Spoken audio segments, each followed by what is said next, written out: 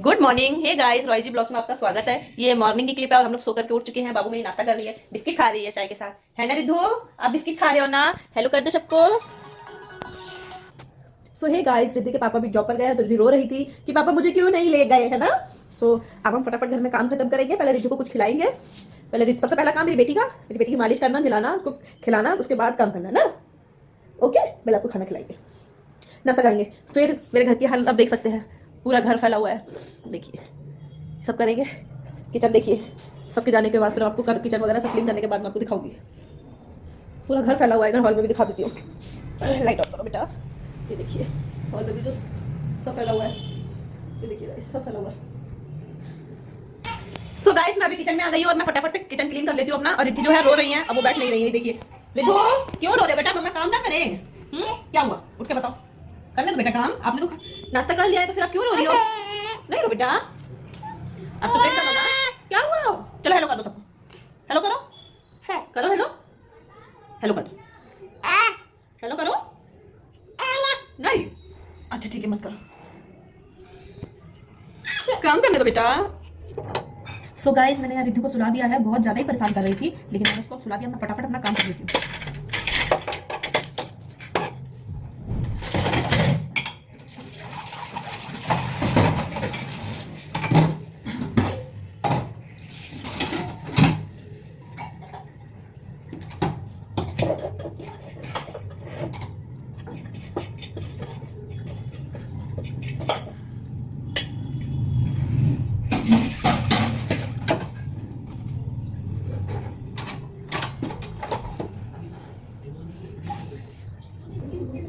So guys,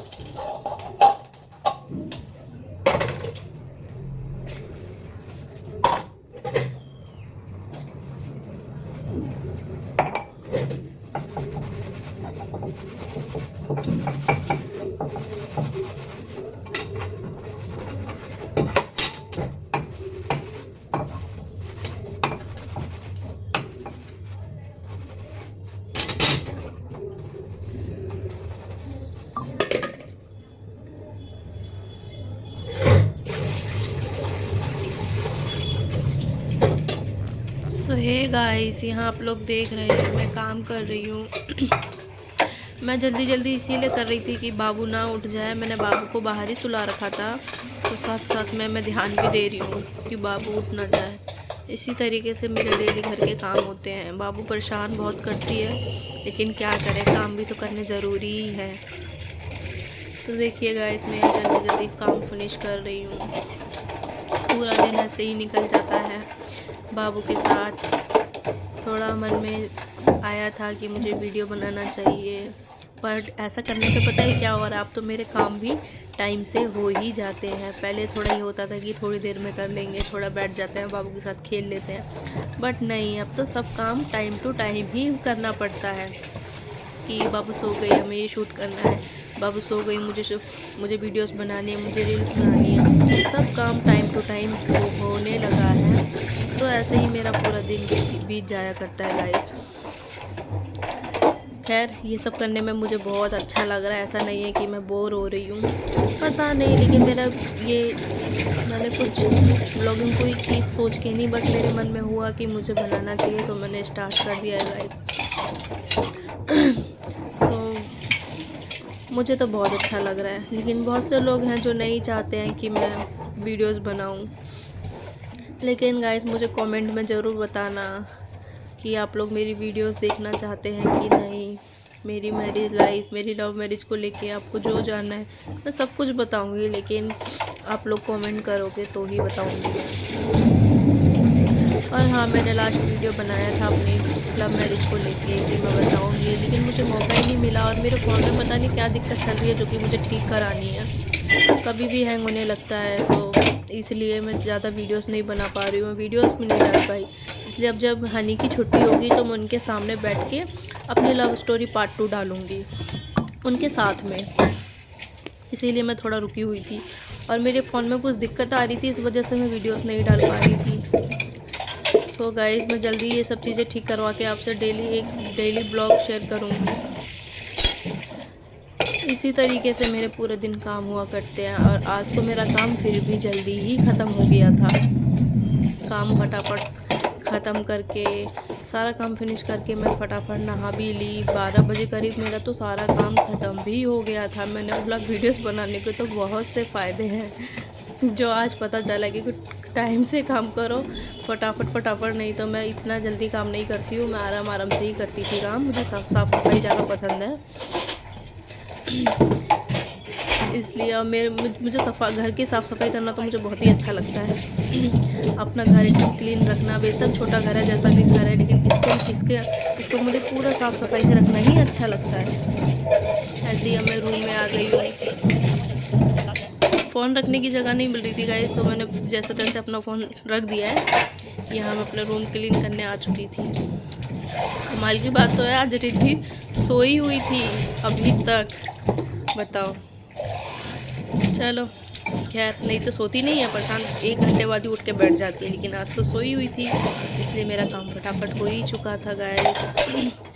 सो ऐसे ही मेरा पूरा दिन बीत जाता है बाबू के साथ खेलते हुए घर के काम काजों में। और सो गाइस, मेरी वीडियोस को लाइक करना, कमेंट करना, ज़्यादा से ज़्यादा शेयर करना और बेल आइकन प्रेस ज़रूर कर देना, प्लीज़ प्लीज़ प्लीज़।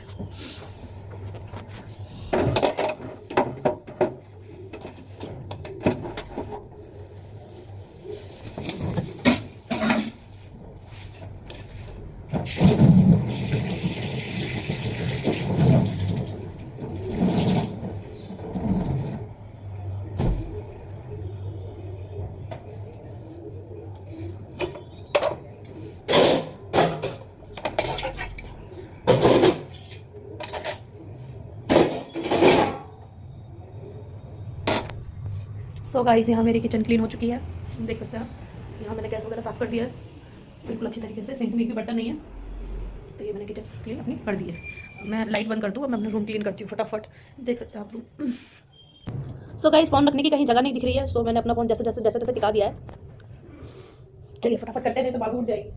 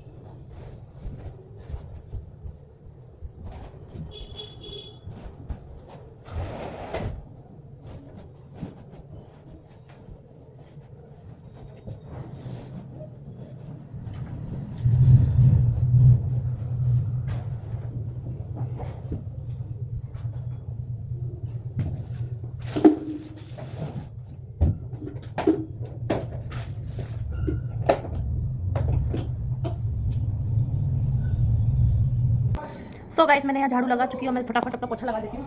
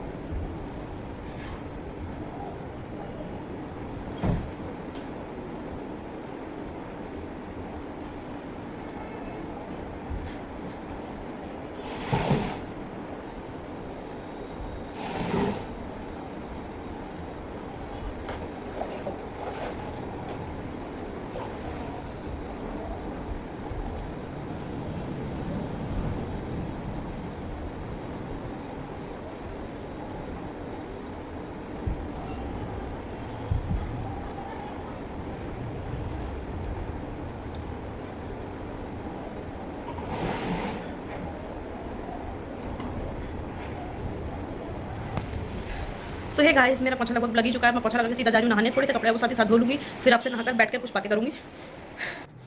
सो ये गाइस, दोपहर के 12 बज चुके हैं और मैं नहा करके आ गई हूँ। मेरा काम वगैरह सब हो चुका है। मेरी बेटी रही अभी तक सोई रही है, तो अभी मैंने उसे उठाई दिया, मैं उसको उठाऊंगी।